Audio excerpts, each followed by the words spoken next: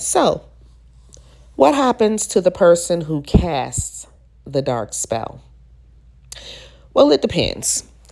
If you are a person who the universe ordains to do magic, everybody is not allowed to do magic, believe it or not. If it comes from your ancestors and it's a natural gift, then you can cast spells. Now, can you cast dark spells? You can. The karmic repercussions will still be the same. Whatever you're doing onto others will happen to you. Whatever energy you're pushing out will come back to you. It's just that simple. It's universal law. You cannot duck it. You can't change that. That is natural universal law. Now, if you're a person who is not ordained to do magic, you can ruin your life. You can bind yourself to a person that you don't really want to be binded to because your energy is the one that's casting the spell and you're casting the spell onto their energy and you don't really know what you're doing. So you can bind yourself to a person for lifetimes, for this lifetime. It can ruin your life depending on how bad you're trying to ruin their life. This person was buried in a cemetery. So this is more of destruction of a person's marriage, it looks like, or maybe trying to bind that person. However it goes, it's not good for the person who's doing the work.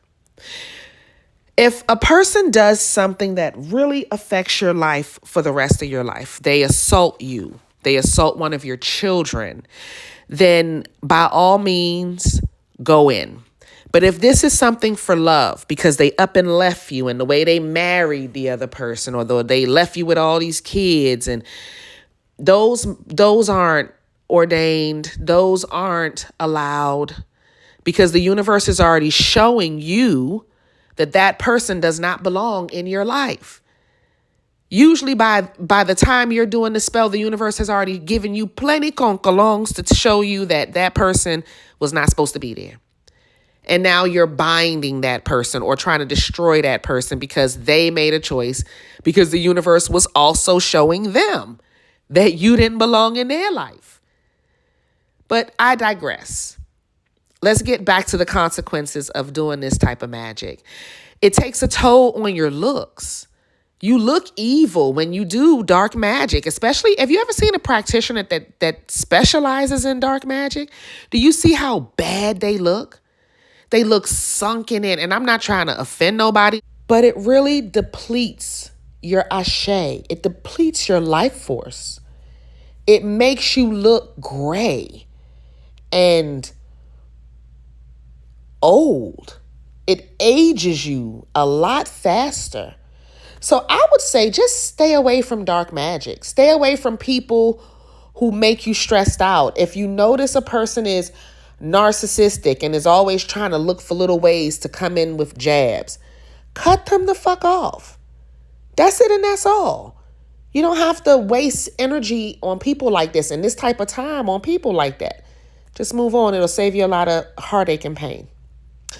All right, I'm not going to ramble. If you want to learn anything about protecting yourself from dark magic, please come to my Patreon at patreon.com/Insight by Tesh.